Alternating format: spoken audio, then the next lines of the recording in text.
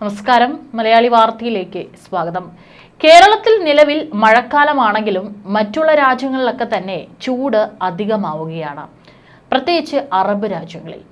ഇപ്പോഴിതാ വേനൽ കടുത്തതോടെ സൗദി അറേബ്യയിൽ ഉച്ചവെയിൽ പൊതുസ്ഥലങ്ങളിലെ ജോലിക്ക് നിരോധനം വരികയാണ്. വരുന്ന ഞായർ, അതായത് ജൂൺ 15 മുതലാണ് പുതിയ നിയമം പ്രാബല്യത്തിൽ വരുന്നത്. ജോലി സമയം പുനഃക്രമീകരിച്ചുകൊണ്ടാണ് നീക്കം. ഉച്ചയ്ക്ക് 12 മണി മുതൽ 3 മണി വരെയാണ് ജോലിക്ക് നിരോധനം. വേനൽ കടുത്തതോടെയാണ് നിരോധനം നടപ്പാക്കാൻ മാനവ വിഭവശേഷി സാമൂഹിക മന്ത്രാലയം തീരുമാനിച്ചത്. National council four occupational safety and ഹെൽത്തിന്റെ സഹകരണത്തോടെയാണ് ഇത് നടപ്പാക്കുന്നത്. രാജ്യത്തെ മുഴുവൻ സ്വകാര്യ സ്ഥാപനങ്ങളിലും നിരോധനം പ്രാബല്യത്തിലുണ്ടാവും. വരുന്ന സെപ്റ്റംബർ 15 വരെയാണ് നിരോധനം നടപ്പാക്കുന്നത്.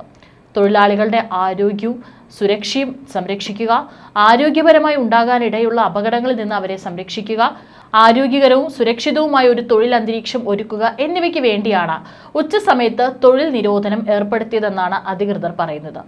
തൊഴിലുടമകൾ നിയന്ത്രണങ്ങൾ കർശനമായി പാലിക്കാൻ മാനവ വിഭവശേഷി മന്ത്രാലയം നിർദ്ദേശം നൽകിയിട്ടുണ്ട്. ഒരു തരത്തിലുള്ള വിട്ടുവീഴ്ചയും അനുവദിക്കില്ലെന്നും അധികൃതർ വ്യക്തമാക്കിയിട്ടുണ്ട്.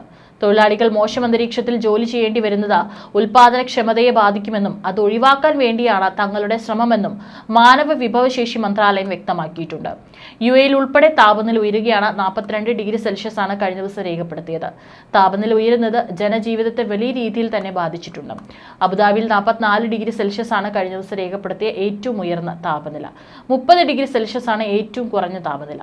ദുബായിൽ 42 ഡിഗ്രി സെൽഷ്യസും കുറഞ്ഞ താപനില 29 ഡിഗ്രി സെൽഷ്യസും ആയിരുന്നു. ഷാർജയിൽ 43 ഡിഗ്രി സെൽഷ്യസും കുറഞ്ഞത് 29 ഡിഗ്രി സെൽഷ്യസും ആയിരുന്നു.